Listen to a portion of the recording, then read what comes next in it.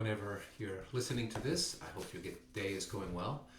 I'm excited about my day today for my birthday, which was last week. My son Ben is taking me to Andrew Peterson's concert, and we're leaving for that this afternoon. And before I head off to that concert, I wanted to get this week's video lesson in. So here it is. Let's go. I was reading this past week in my Bible reading from Acts 7, and here's what caught my attention. In Acts 7, this is Stephen's defense before the Jewish leaders after he was arrested for telling people about Jesus. And in his defense, he gives a really brief summary of the history of Israel's nation. And in verse 20, he starts talking about Moses. And he explains how Moses was an Israelite. He was a Hebrew by birth, and yet he was raised as an Egyptian. And I'm assuming you know the story about Moses in the basket and all the circumstances of how he was raised in Pharaoh's house.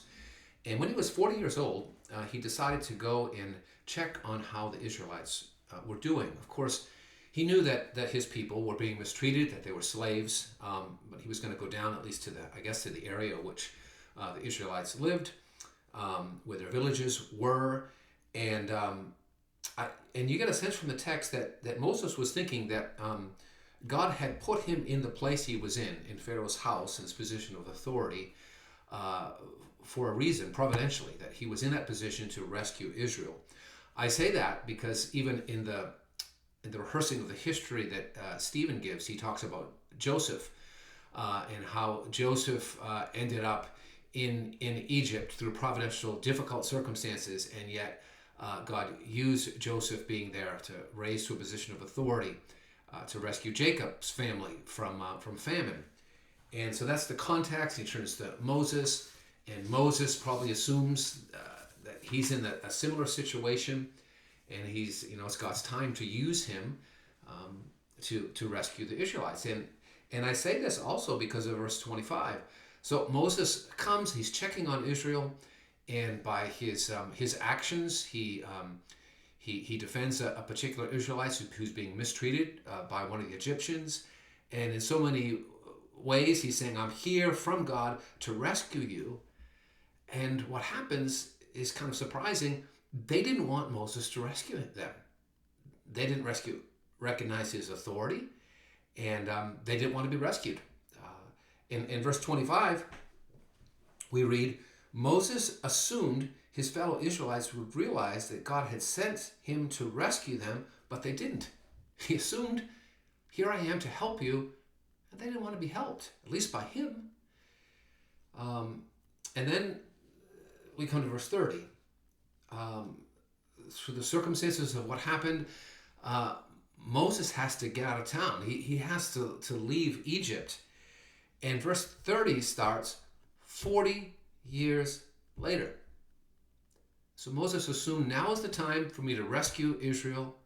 It doesn't work out according to plan. And 40 years goes by. And Moses goes his way. Israel goes their way. They remain in difficulty. But God had not forgotten Moses. And God had not forgotten the nation of Israel. And verse 33 and 34.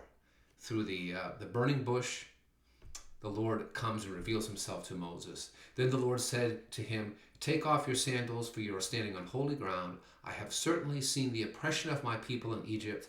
I have heard their groans and have come down to rescue them. Now go, for I'm sending you back to Egypt.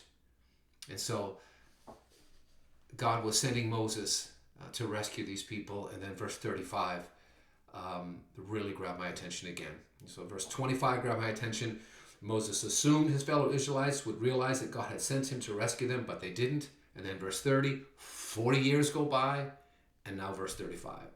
So God sent back, here it is, the same man his people had previously rejected when they demanded, who made you ruler and judge over us?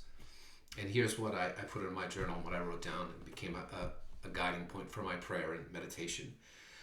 Have you ever attempted to bring a message of rescue to God's people, the people that you love, Message of Jesus, message of the gospel, a message that they needed to hear. And their response was, who are you to tell me what to do? I don't need the message of the gospel from you. I don't need your rescue. I don't need your help. They rejected Moses. Maybe they resented his Egyptian education. Moses, you don't know what it's like to be down here. Who are you to come here to try to rescue us? They didn't, for whatever reason, they weren't ready to hear it, and they at least didn't want Moses to give them the message. And have you ever felt like, you made the attempt, and the people that you were trying to reach, the person you were trying to reach, whom you loved, they didn't want anything to do with it. And then verse 35, same guy, same message comes, and round two, and now they're ready to listen. Now they're ready to respond.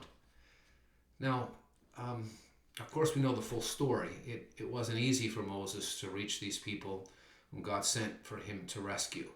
And it certainly didn't go according to the plan that Moses had in mind. Initially, he was going to walk in there, and they would listen, and the rescue would happen. 40 years go by, and then even in God's plan, all the challenges he had, there were delays and setbacks. But in it all, God was at work in and through Moses to do his saving work for Israel. So friends, don't assume as you seek to bring the message of Christ to those that you love and to do his work, don't assume that it will always be readily received. It'll go smoothly and according to your time plan. But also, don't be disheartened. Continue to persevere. And then just side note, this application, this idea of the people not being ready to receive Moses' rescue at first, and I just apply it to like me reading through Scripture. I'm reading through Scripture, and there's this verse that comes out and really challenges me with the path and a direction that I need to go. I need to listen and I need to obey. And my response sometimes to that passage of Scripture is, who are you? Who made you ruler over me? I'm not ready to listen to this. It's as though the assumption is that we're going to respond to the Scripture and we're not ready to receive it. And then time goes by. Maybe years go by. And verse 35, so God sent back the same man his people had previously rejected when they demanded, who made you ruler and judge over us? And isn't that the case sometimes in our life?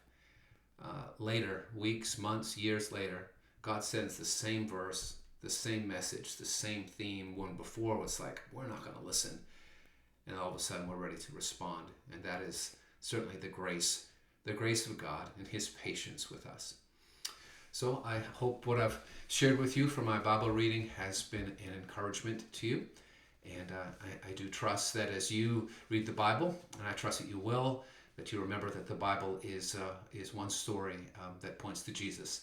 And in all your reading of the Bible, don't miss Jesus. He's the one that the Bible is all about.